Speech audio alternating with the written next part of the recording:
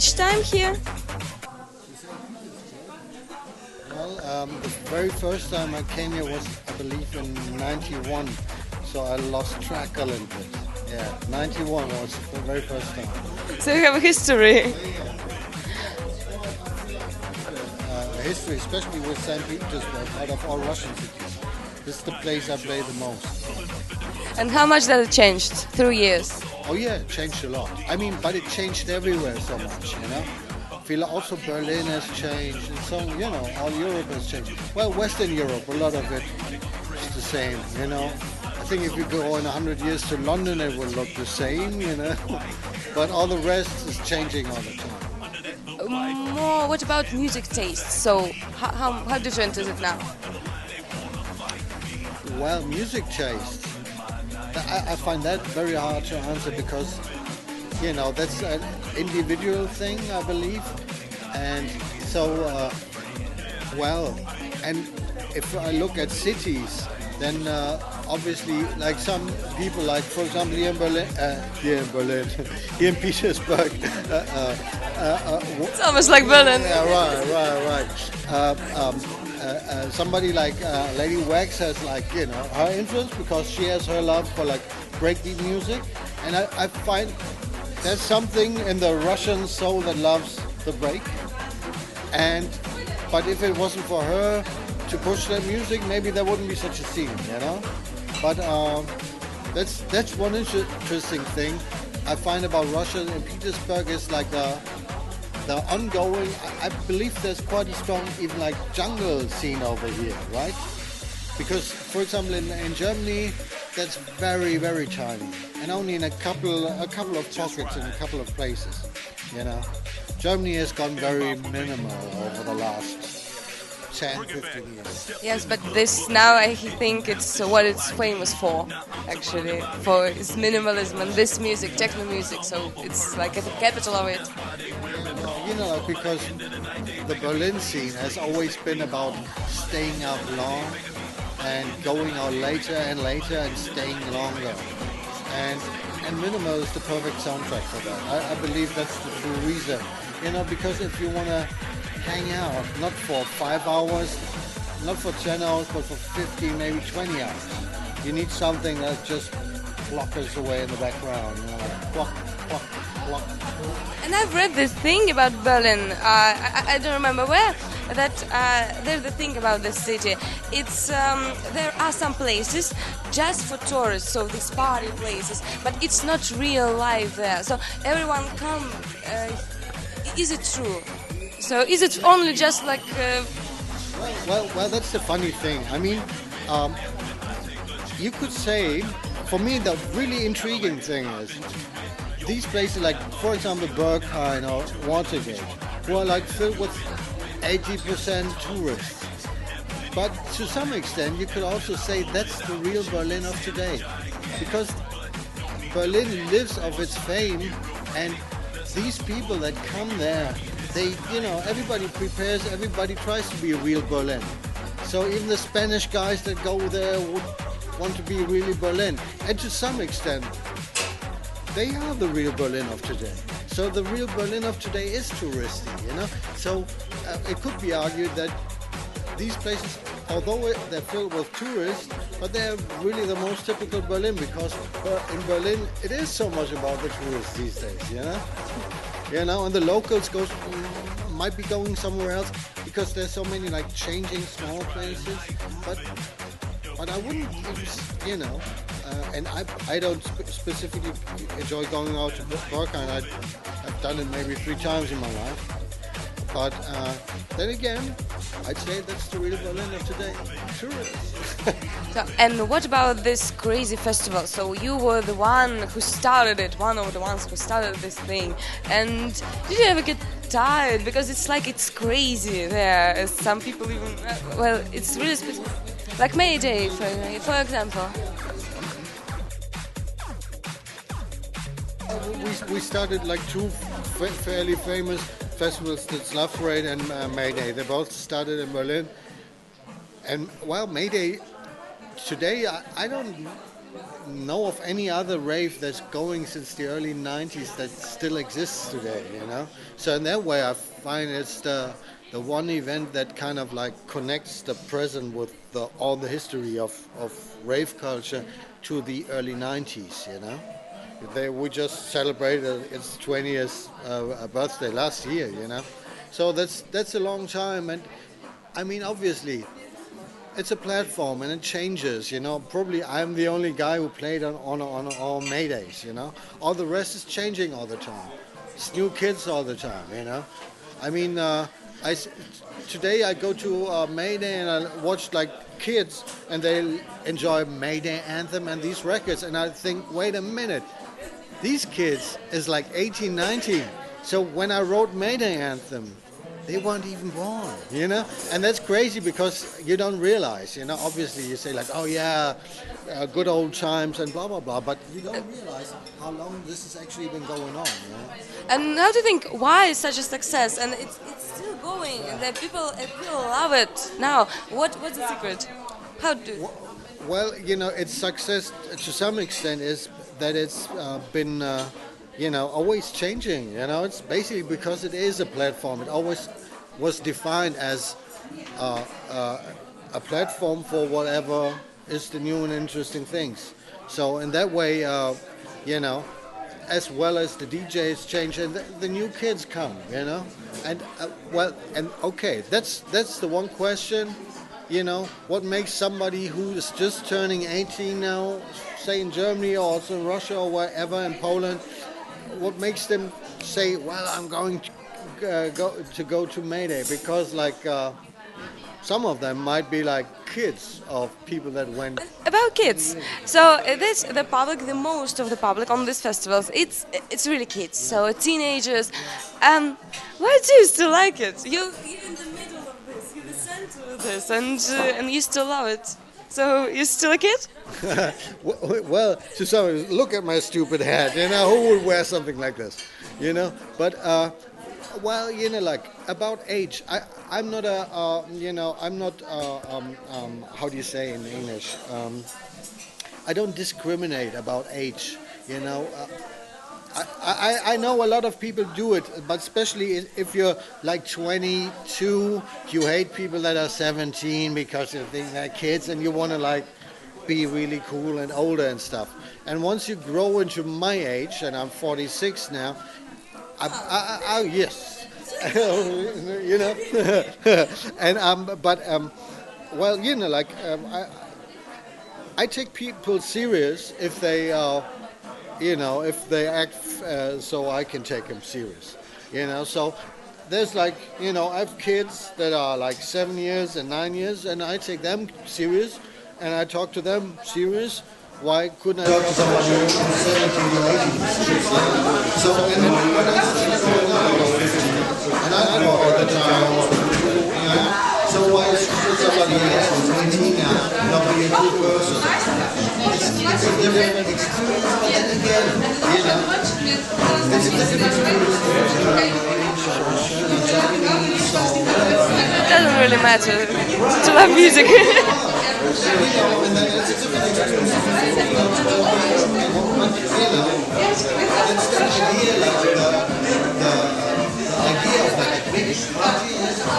It's connecting. You know, so you shouldn't be too much about discrimination and these people that I think that is an obsession, you know, especially, well, there's age discrimination these days, musical taste discrimination as well, you know. People say like, oh, that's this music, How do you think, is this fair? A lot of parents say like, oh no, it's it is fair, it isn't fair. How do you think? Or it's just... Well, I haven't heard this like somebody's journey, because like it has become over the years of more family life, in the same way as, you know, parents really scared to let anyone go to so these days, but in the 50s, people went to a concert, the parents would say that they go to a concert, they go to take drugs and freak out and all that they ruin their life.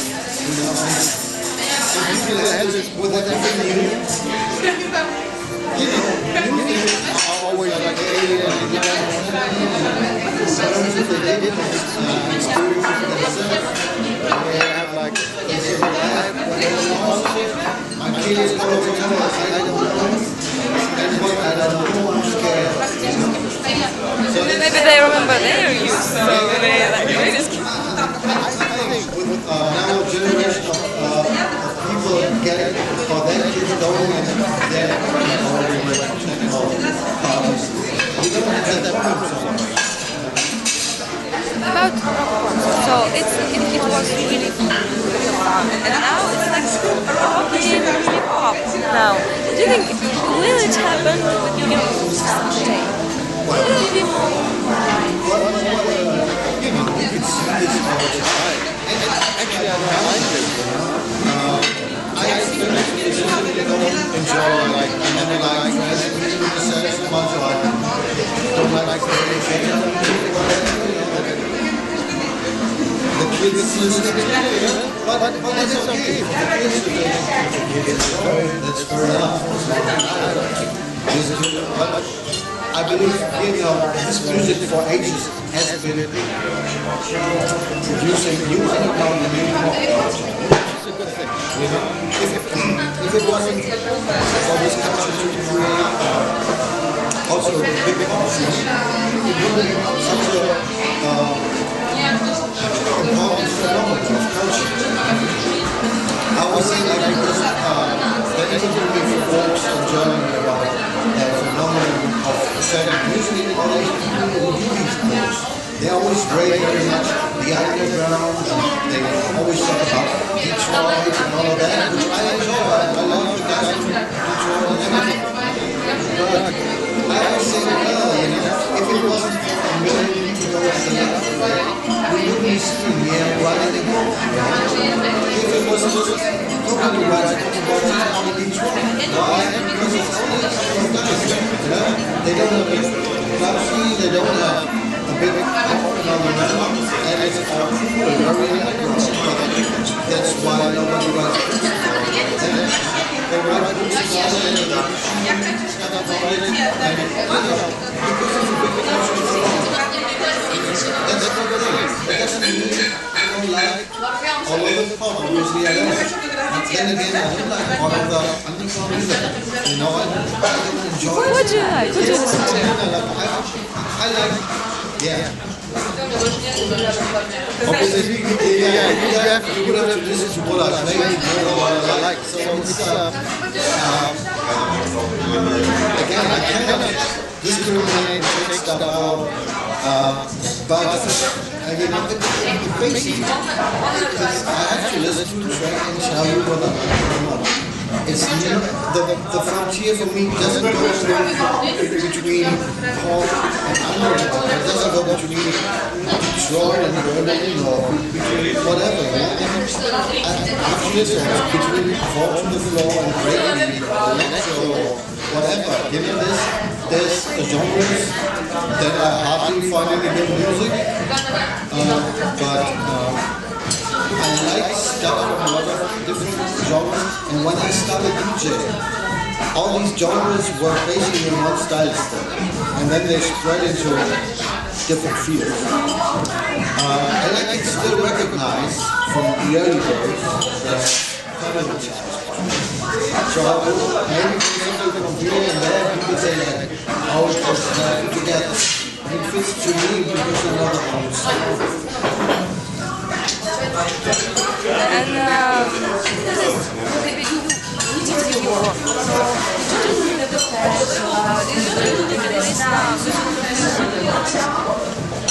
well, you know, like, for example, I started making music when I was 15. I played in the punk rock. The bass and punk rock. So, and I was always fascinated. The guy I make music with, Klaus, we went as pupils in school. We went in a special project group in our school for electronic music. That we're talking about 88. 81, so like, that's a long time ago, 30 years ago. In the time, we met there not because it was a professional for me, because I love it, and because it's stylist. So we use music since making music since 30 years ago. And you know, good times and bad. For me, it's never been a question, you know, like these days, the whole music industry is down so bad, you know. It's difficult in the studio and you can create something. Because it's a way for us to make money.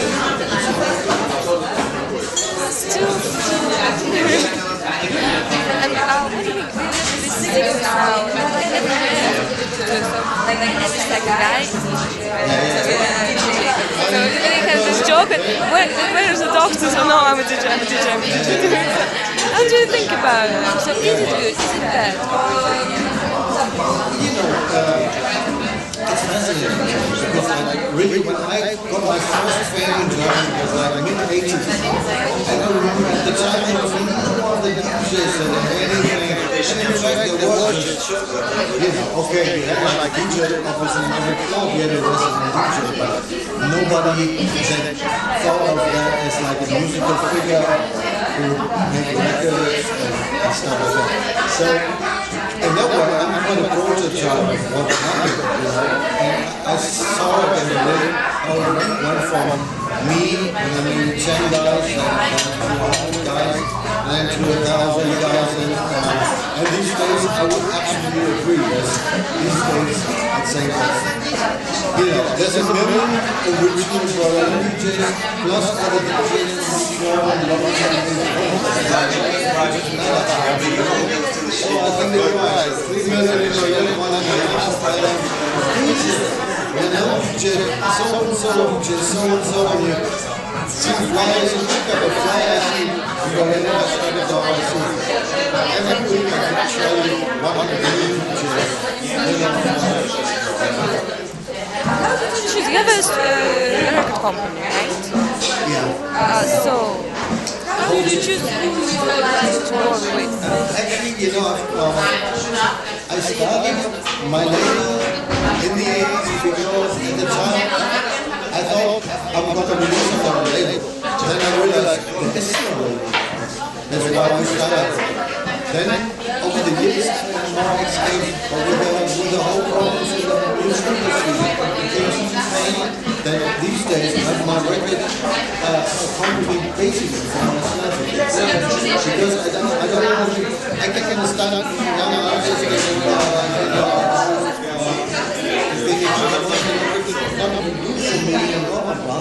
and actually, these days, because the business is so small.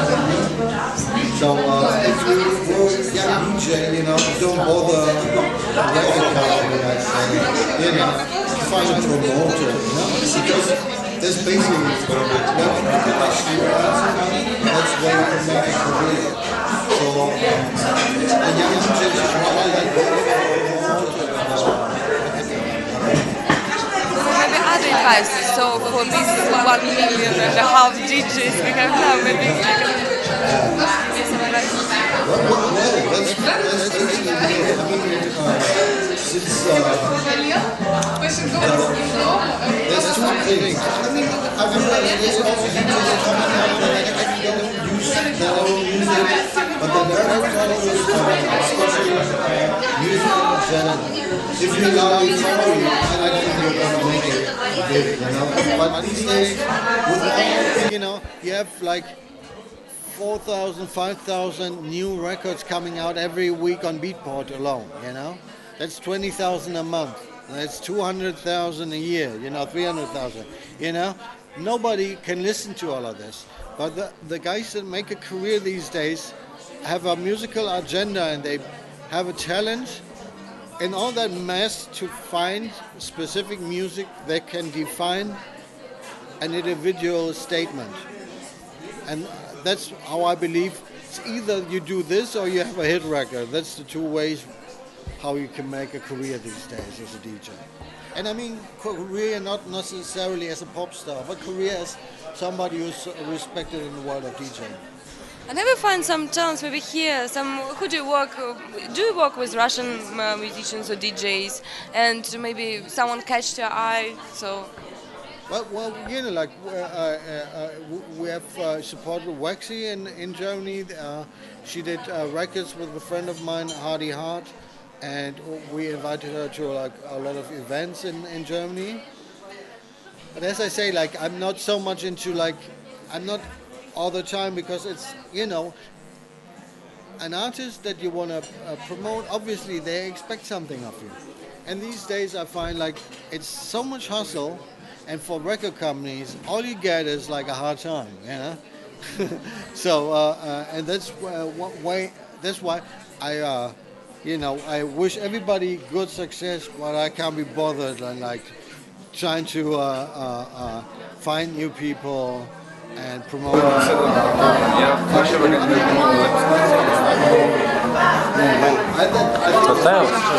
kind of fashionistas you?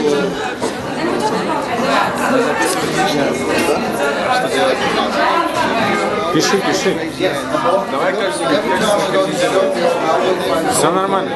Но ты только если портрет. Давай вместе. That says something stupid like hot dog, and I love them. But Japanese people have a good sense of design, very clear, simplistic, minimalistic designs, and I like minimalism, especially when it comes to heads or when it comes to visuals. In the music, it's been a little bit overindulged, you know. When it comes to music, I'm a little bit more maximal, but when it comes to heads and designs, we are minimal. So you're trendy.